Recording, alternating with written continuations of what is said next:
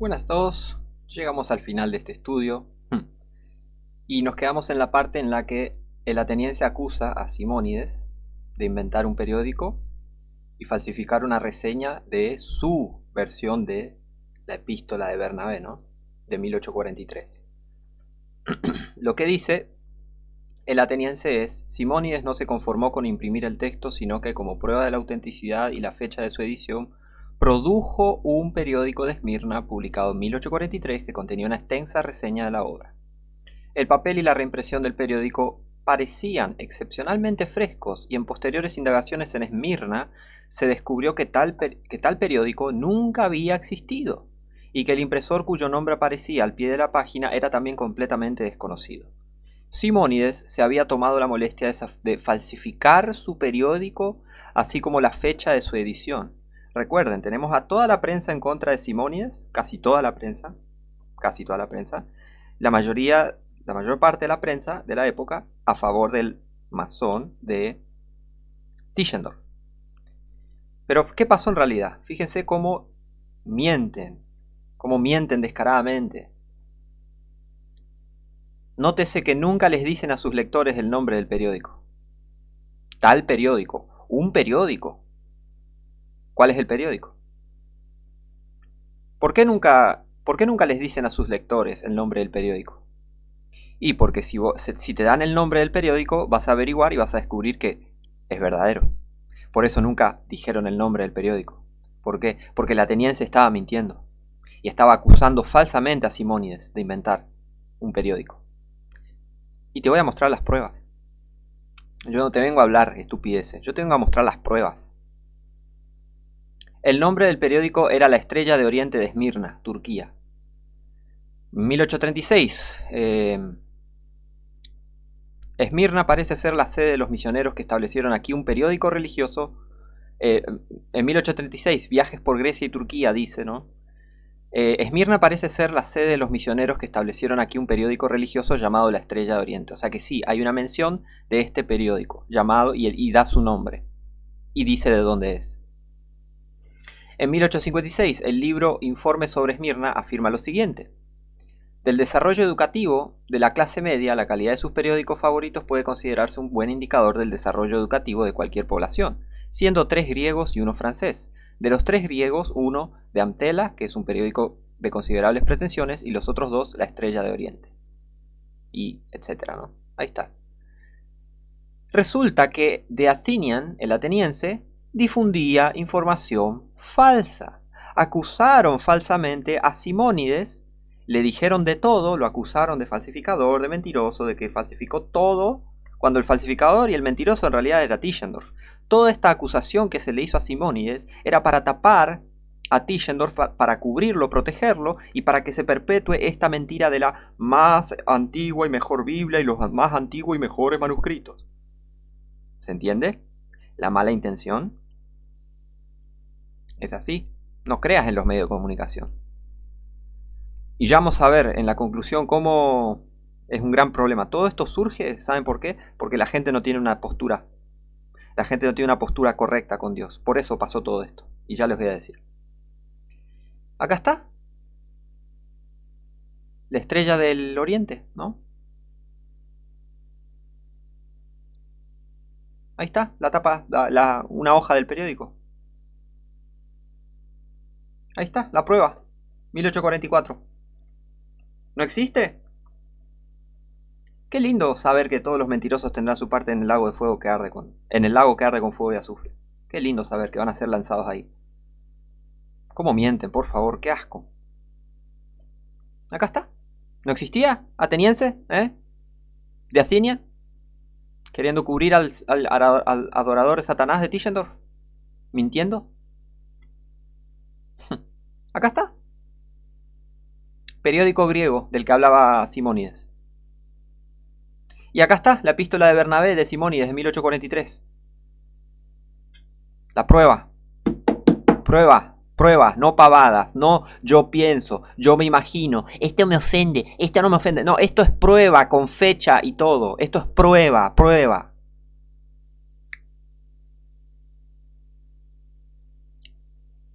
Esto es una copia de la reseña de La Estrella de Oriente de Bernabé de Simónides de 1843. Ahí está. De lo que Simónides hablaba. La prueba de que Simónides decía la verdad. En realidad, se le había encargado a la gente de su monasterio, básicamente, hacer una copia de las... Que no digo que esté bien, porque no está bueno hacerle un manuscrito con libros apócrifos para un emperador masón, para un zar masón. No, eso no está bueno. Los cristianos no hacen eso, ¿se entiende? Por eso los ortodoxos y los católicos son igual de herejes. ¿Tá? Los ortodoxos son unos herejes igual. ¿Tá? Son unos herejes totales. Porque son una fotocopia del catolicismo, ¿no? Y vienen del catolicismo. Acá está. Las pruebas. Un cristiano no tiene que hacer nada con política. Nada. Cero política. Sos político, fuera. Alejate de mí. Sucio. Asqueroso. Eso tiene que decir un cristiano. La epístola de Bernabé del Códice Sinaítico contiene notas marginales. El texto principal del códice, más las notas marginales, equivale a la edición independiente publicada por Simónides en 1843.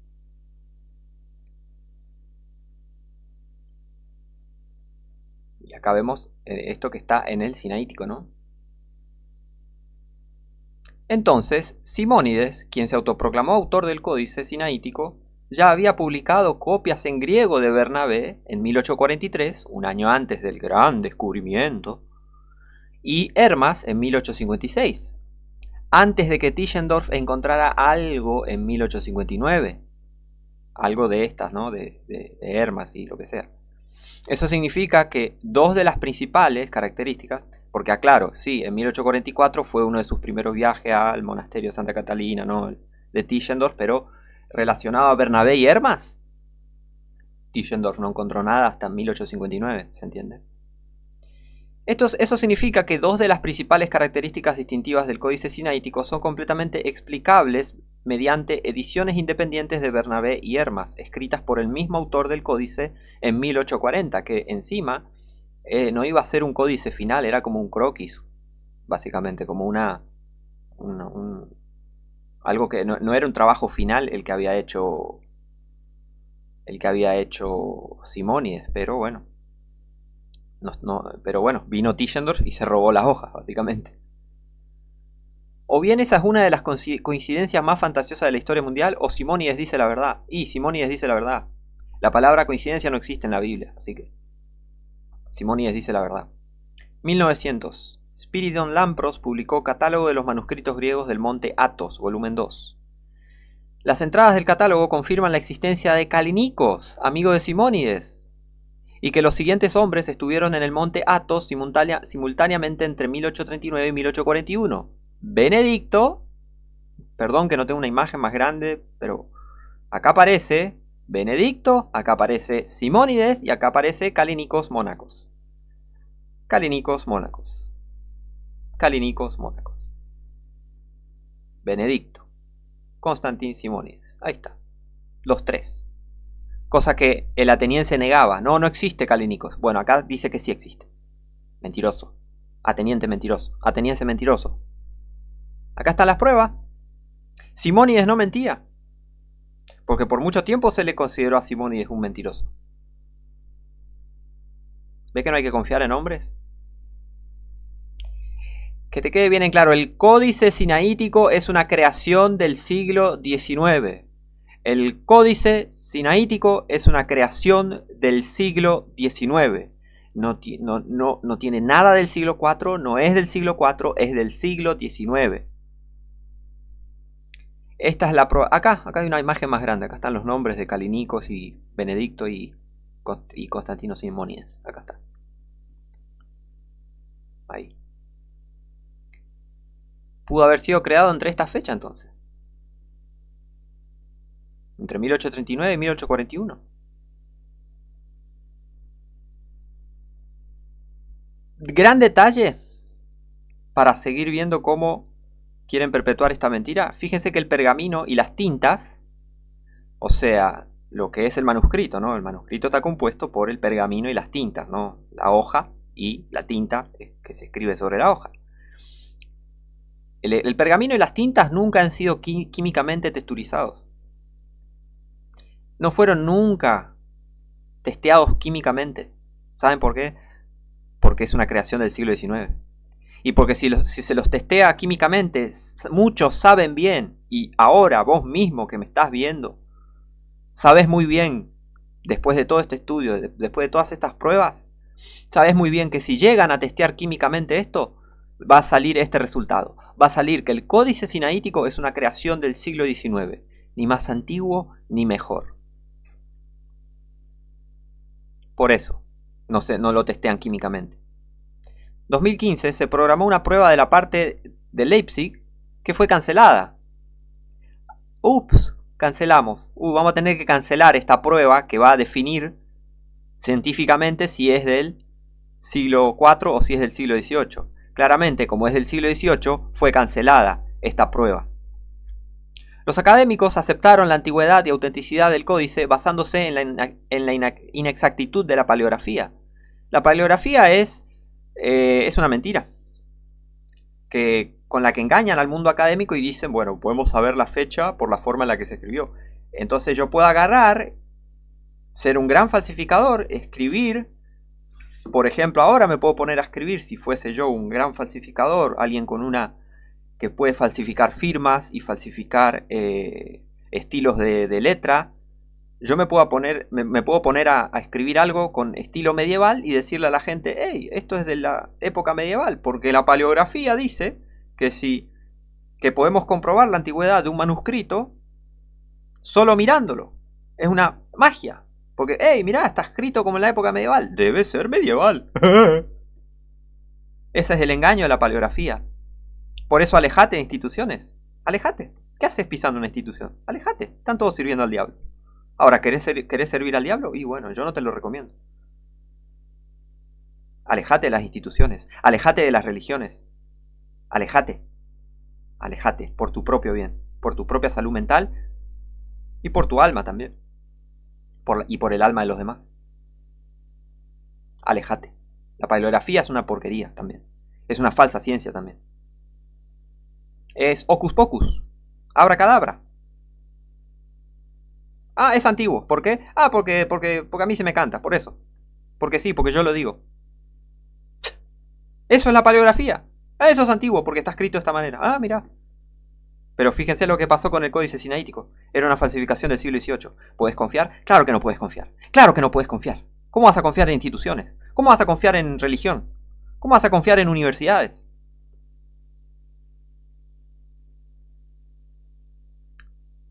Esto equivale, en esencia, a no aceptar más que la opinión de Tischendorf.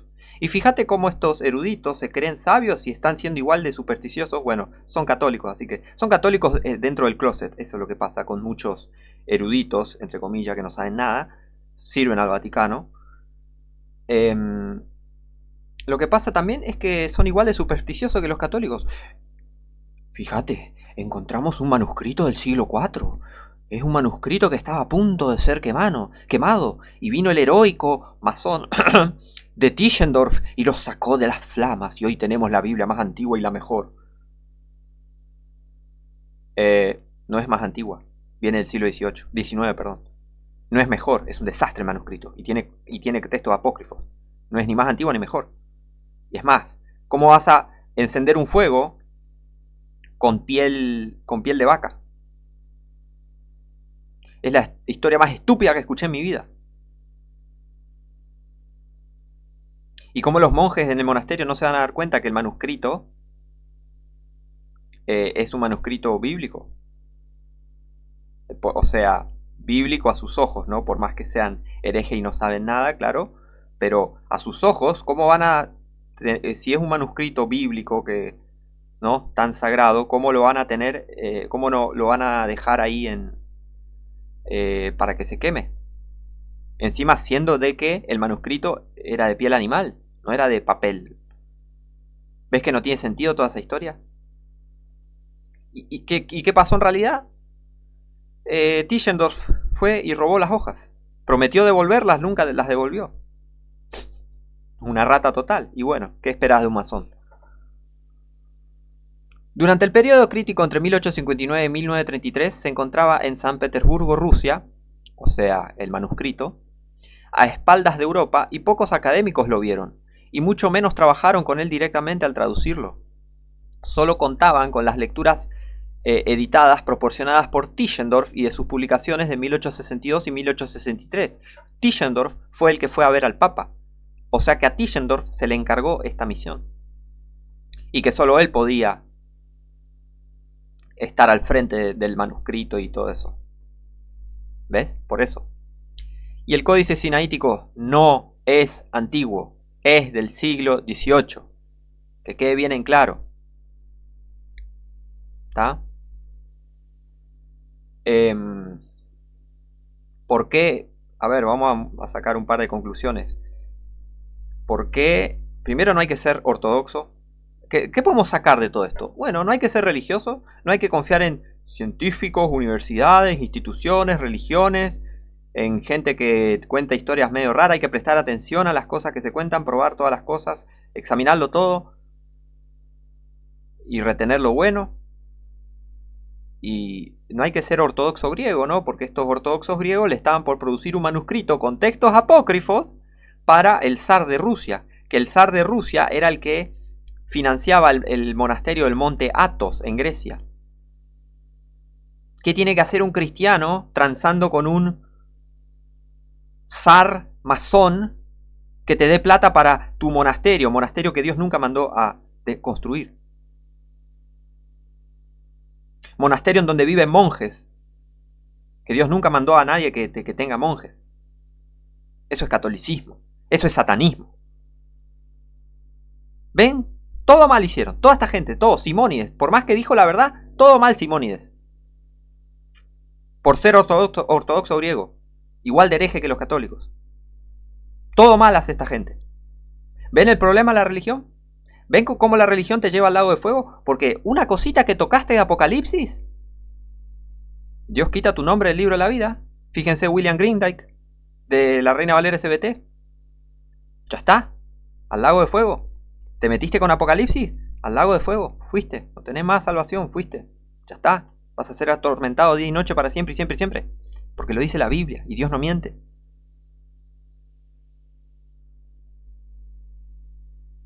El descubrimiento del Sinaítico no fue necesario. En 1857 el cardenal católico Angelo Mai publicó el primer facsímil del Códice Vaticano. Solo se imprimieron cotejos anteriores. En 1831 Lachmann publicó su Nuevo Testamento griego. Lachmann decidió descartar por completo el texto recibido. ¿Ven? ¿Ven que el ataque es hacia el Textus Receptus? ¿Ven que el ataque es hacia la verdadera Biblia? Lachmann dijo, abajo con el texto tardío del Textus Receptus y de vuelta a la iglesia de principios del siglo IV. ¿Ven? Todos estos católicos. ¿Ven la mala intención? Y dicen que el Textus Receptus es tardío. No es tardío. Al revés, tardíos son todos estos manuscritos que dicen ser antiguos y no son antiguos. Estos textos son tardíos. Lo más antiguo que tienen es la Vulgata Latina y la Septuaginta, pero la Septuaginta viene del siglo IV y encima siguen mintiendo que la Septuaginta es de antes de Cristo. Es más, dicen que Cristo usó la Septuaginta. Blasfemia más grande. Cristo nunca usó un Antiguo Testamento en griego. Menos sus apóstoles y menos los judíos de la época. La Septuaginta en realidad viene del siglo IV. Al igual que la Vulgata Latina.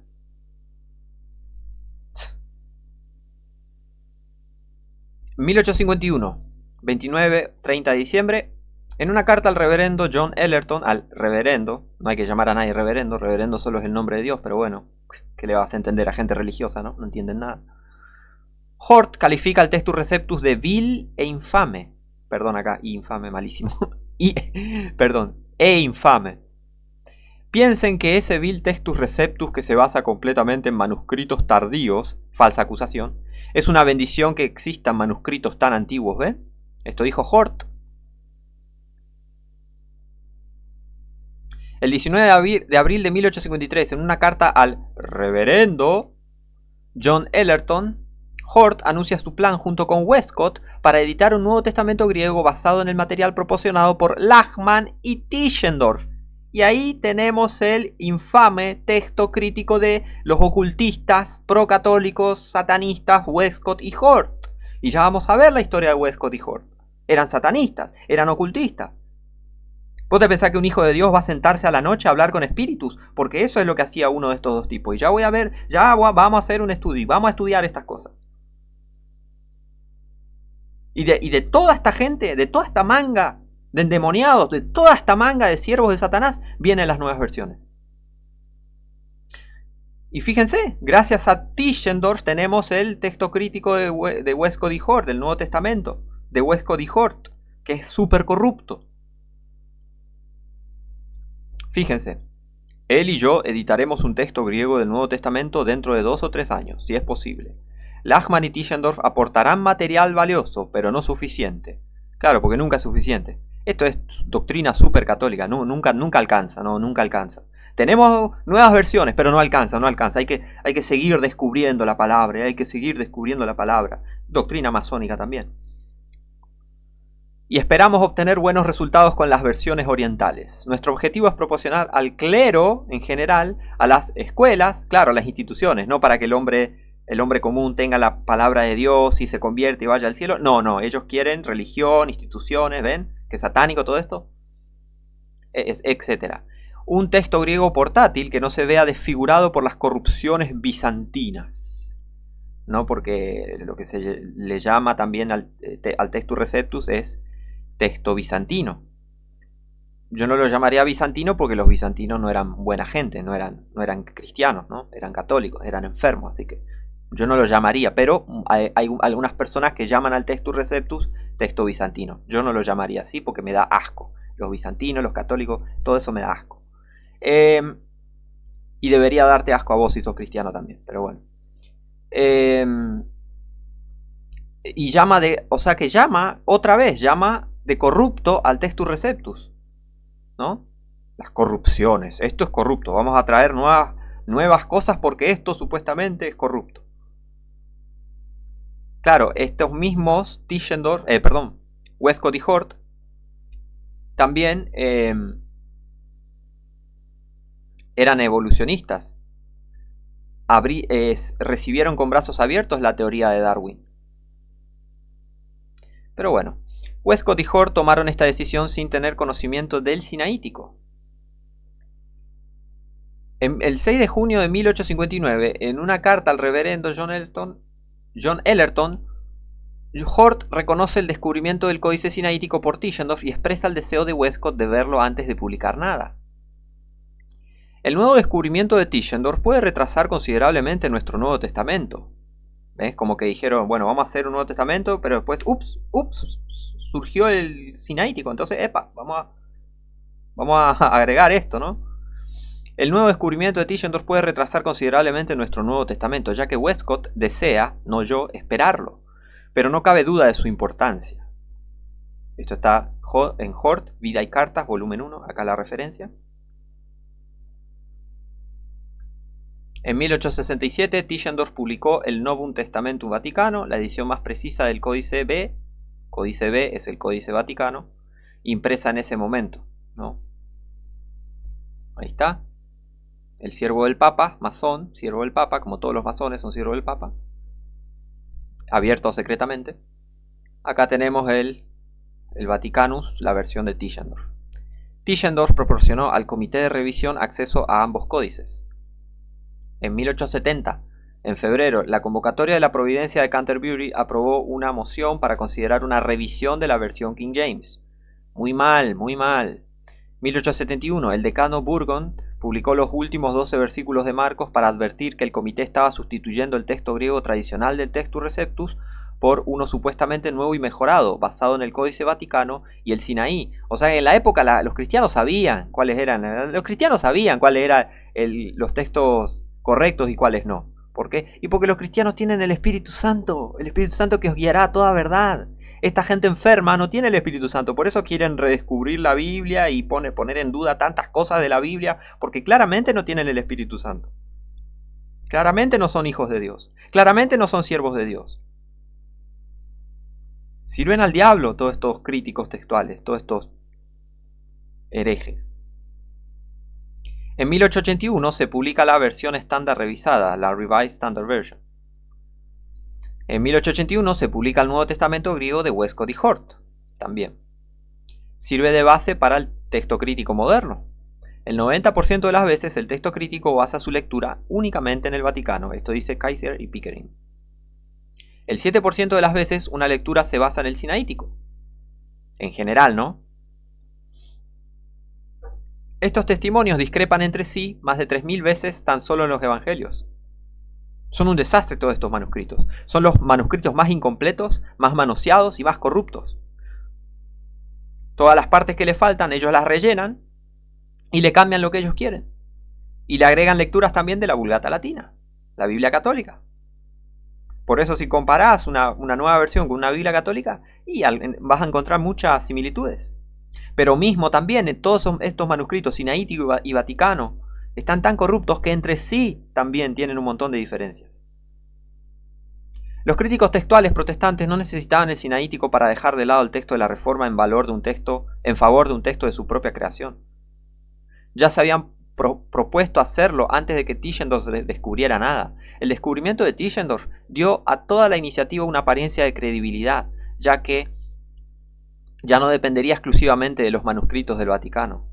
Creer en un texto teórico que necesita ser reconstruido, filosofía masónica, y católica también, en lugar de creer en un texto preservado, ha llevado a una pérdida de confianza en la Biblia, y esta es la verdadera intención detrás de las nuevas versiones.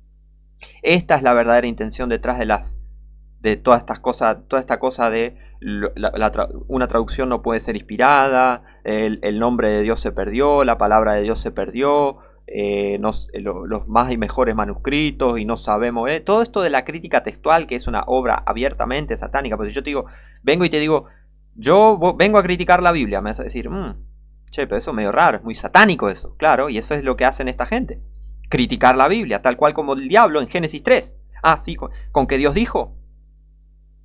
Ah, ¿eso está en la Biblia? No, eso no está en la Biblia, porque acá descubrimos, entre comillas, un nuevo manuscrito que es en realidad súper antiguo, supuestamente, y que es mejor que lo que tenemos ahora. Y eso es totalmente mentira.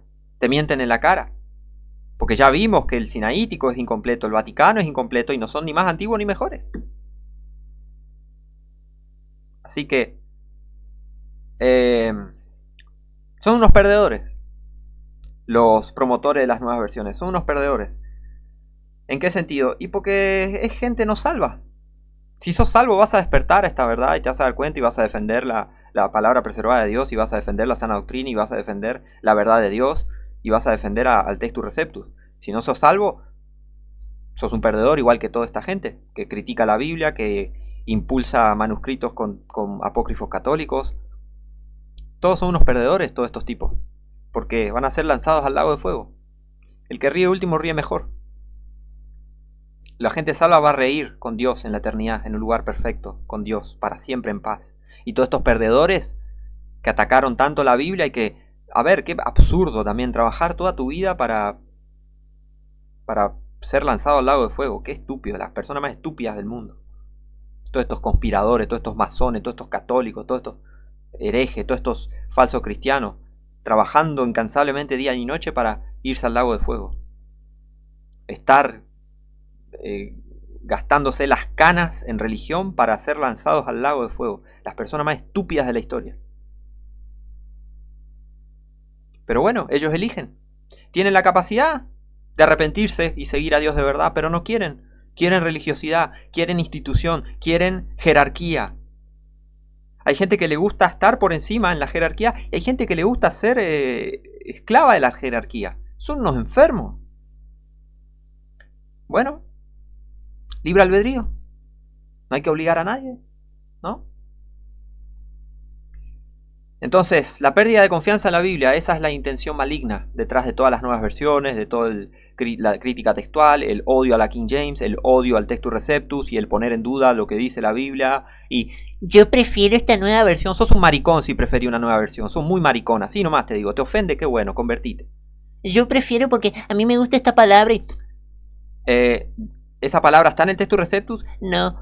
Bueno, sos un hereje entonces. Sos una persona muy engañada.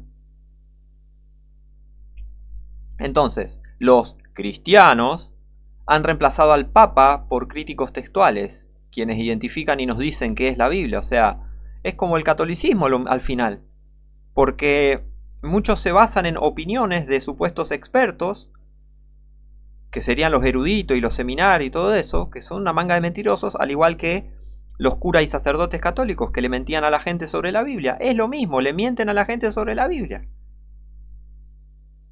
Entonces, reflexiones finales. Una vez más, nuestra labor como creyentes no es reconstruir el texto como si se hubiera perdido, porque no se perdió. Yo tengo la Biblia acá y ahí puedo saber todo lo que Dios quiere para mí, para el mundo y para... Ahí se conoce todo. Yo sé que tengo la Biblia. Yo no tengo que ir a servir, a reunirme con ningún papa, a mentirle a la gente, a robar manuscrito al Medio Oriente, para nada, nada. Ni vos ni nadie tiene que hacer eso. Porque la Biblia no se perdió, el nombre de Dios no se perdió, la palabra de Dios no se perdió. Se preservó porque Él prometió, porque Él es todopoderoso. Más bien, nuestra labor es permitir que las Escrituras nos guíen para identificar el texto que Dios ha preservado de generación en generación. Y obviamente, si sos salvo, Dios te va a guiar a eso. Dios te va a hacer saber cuál es su Biblia. No es que es un, ay, pero yo no sé. Y bueno, y si sos salvo, Dios te va a hacer saber. ¿No tenés el Espíritu Santo de Dios? Si no lo tenés, te estás yendo al infierno. El que no tiene el Espíritu de Cristo, el tal no es de él, dice la Biblia. Si tenés el Espíritu de Dios y estás salvo, quédate tranquilo, quédate tranquila. Dios te va a revelar cuál es su Biblia. Dios te va a revelar. Jesús prometió, el Espíritu Santo os guiará a toda verdad. Los siguientes principios bíblicos ayudarán al creyente a identificar el texto preservado. La multiplicidad de copias. Dios preservó su palabra mediante copias. ¿Por qué?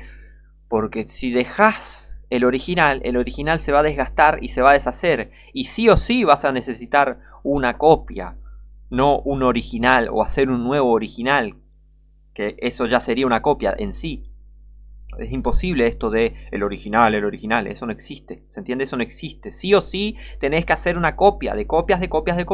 ¿Por qué? Porque el papel se desgasta, el cuero se gasta, el papiro se gasta, cualquier material que uses se desgasta, por eso necesitas copias. Es lógica simple. El designio de Dios fue preservar su palabra en una multiplicidad de copias precisas y confiables, con la misma autoridad que los originales, ¿no? No para el que quiera, no, bueno, pero los originales, bueno, si es una copia, tiene la misma autoridad que los originales, por así decirlo, ¿se entiende? Ay, no molesten con eso de los originales. Por lo tanto, deberíamos poder observar en la historia una colección de manuscritos abundantes y que concuerdan sustancialmente entre sí en cuanto a contenido doctrinal, a pesar de no poseer una redacción textual. El Textus Receptus son la mayoría de manuscritos que hay y coinciden entre sí. Así que el Textus Receptus es mucho más confiable porque es la verdadera preservada palabra de Dios en realidad. Son un montonazo de manuscritos, no estos 3, 4 manuscritos con apócrifos y todos manoseados y toda esta mentira del Sinaítico, Vaticano, Septuaginta, toda esta mentira. No, nada que ver, el Textus Receptus es mucho más superior, es muy superior. Disponible, accesible. El texto preservado no solo existiría en múltiples copias, sino que éstas estarían disponibles para que el pueblo de Dios las poseyera, estudiara, creyera y predicara. No estarían escondidas bajo una roca, en la arena, ni en una biblioteca inaccesible. ¿Se entiende? Los católicos esconden la Biblia y la dejan ahí en un altar o lo que sea de adorno. Y encima la Biblia Vulgata Latina. ¿Se entiende? Los verdaderos cristianos, por eso, Dios preservó su palabra mediante su pueblo también. Porque a medida que eran perseguidos, los cristianos llevaban y copiaban, obviamente, lo lógico, estás en la antigüedad, te están persiguiendo, tenés manuscritos del Nuevo Testamento, vas a hacer copia de copia de copia. ¿Por qué? Y para que más gente conozca la palabra de Dios. ¿Cómo vas a decir, no, espera, dame el original de Pablo, dame lo que escribió Pablo, si no, no voy a creer? Es lo más estúpido, es lo más estúpido que hay. A despertar, fíjate qué idea estúpida, como un cristiano del siglo primero, segundo, de los primeros 3 siglos, ¿cómo te va un cristiano de verdad a pedir, no, dame la carta firmada por Pablo, porque si no yo no voy a creer? ¿Ves qué estúpido que suena eso? ¿Ves qué estúpido que es? ¿Ves qué ilógico? ¿Ves qué irreal que es? ¿Ves que viven en otro mundo esta gente? No necesitamos los originales. Y otra cosa, no existen. No existen los originales. No existen. Con esa mentira producen Biblias católicas. Con esa mentira producen manuscritos corruptos. Nuevas versiones. Con esa mentira hacen toda esta corrupción bíblica. Los originales no existen. No existen. ¿Quedó claro? No existen. Ahora, en uso, una tercera característica bíblica del texto preservado sería que el pueblo de Dios la usara durante generaciones. La palabra de Dios se preservó mediante la dinámica de su manejo, no en una sola copia guardada en un estante durante 500 o 1000 años. ¿Ves? ¿Cómo se preservó la palabra? Mediante copias. Copias, copias, copias. Desde el principio fue así. Siempre fue así. Esa no es la manera en que Dios preserva su palabra. La preserva al estar en manos de personas que creen en la Biblia. Y esas personas tienen la responsabilidad de ejecutar el propósito de Dios. ¿Se entiende? Dios preservó su palabra mediante su pueblo. ¿Se entiende? No se preserva la Biblia en un estante durante 500 o 1000 años. Esa no es la manera en que Dios preserva su palabra. Dios no preserva su palabra guardando un manuscrito en un estante y dejándolo ahí que nadie lo vea ni lo use. No. ¿Se entiende?